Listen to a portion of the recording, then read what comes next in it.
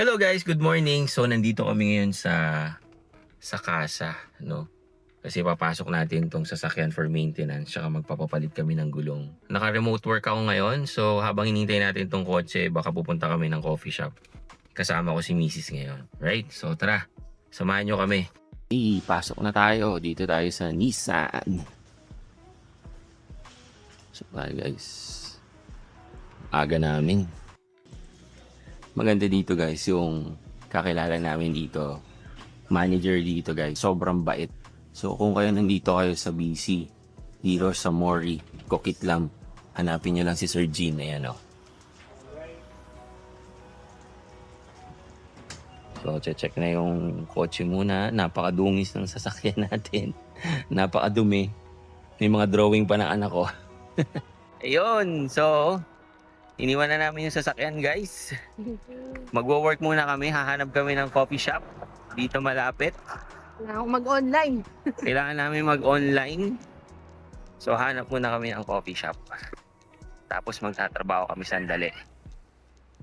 Good thing, ang babayaran lang namin is, ano yun ma? Storage lang ng gulong. Storage tsaka yung pagpalit labor. ng gulong, yung labor. Pero, yung sa change oil wala kami babayaran. Yeah. Kasi ano ba yung tawag yun doon? PMP. PNP. Basta ano No, yun? pre-maintenance package. Yun. PMP pa pala. Pre-maintenance Kasi package. we got that. Yeah. Binayaran namin yun nung una namin ginawa yung sasakyan. So wala kaming babayaran for change oil. O, di ba? Tara, gutom na ako eh. Ako din. Okay. So dito kami tatambay guys. Tara. Creekside Coffee.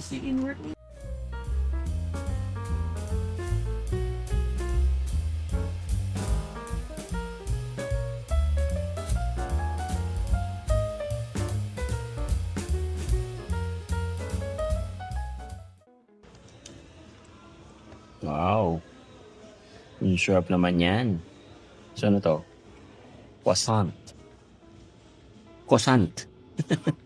Yan, kape. What's your Wi-Fi? Ano to ma? Matcha. Matcha cookie. Wow, daming pagkain ma. Ang sarap niyan ah. Oo nga. Gutom na gutom ah. Okay, so ito ang remote setup namin for today. Ay ma. Busy na siya. Yan yung mga pagkain kami yan. Coffee and stuff. Yan ang buhay work remote. Okay. Tapos na kami mag-work sandali.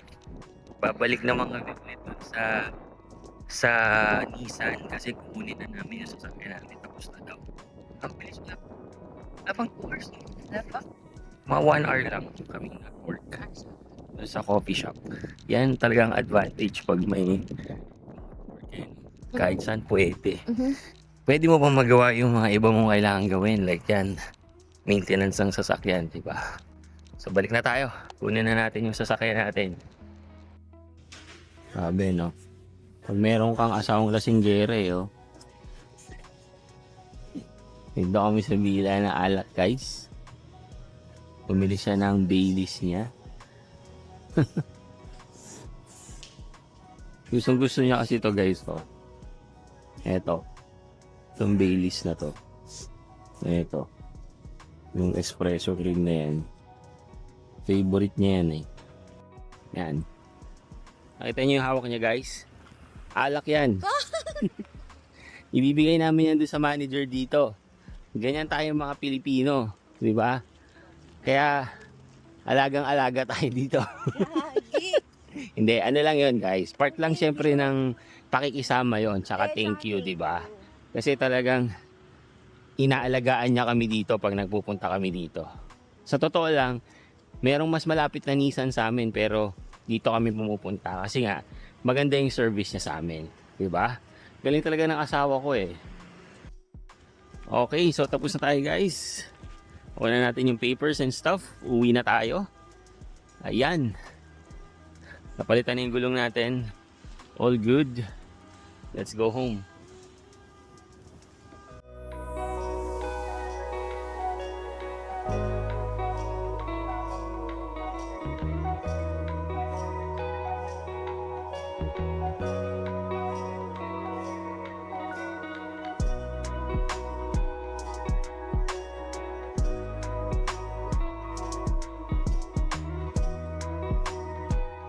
Yun, kauwi lang natin guys. Biglang may urgent task agad tayo. So, nandito tayo sa garahe. Ito, working. Kakapark lang natin, biglang mayroong pumasok na task. So, dito na lang muna tayo sa garahe at magwo-work lang tayo sandali. Pero yun nga, tapos na yung task natin. Tapos na yung kotse. Okay na, fresh tires. And then, nakapagpa-change oil na rin tayo and everything. Good job. So, yun. Work muna tayo.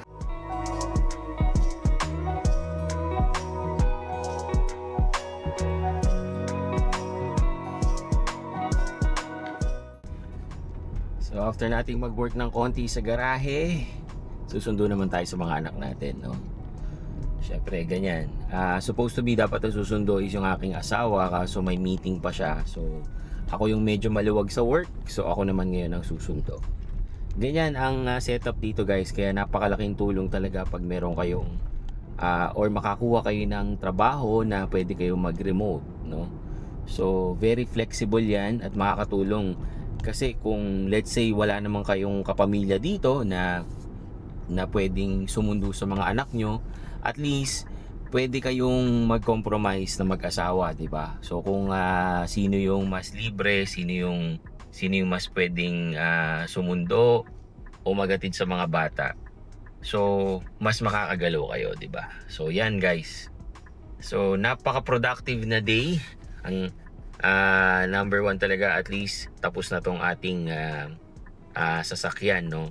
So, siguro you are wondering kung magkano ang ginastos namin for the maintenance, no? Ang ginastos namin sa maintenance kasama yung storage ng gulong, kasi nga nagpapalit kami from winter tire to all season tires kasi tapos na ang winter at para naman hindi sayang yung ating gulong, di ba? Para sa winter. So, umabot kami mga nasa $300 guys.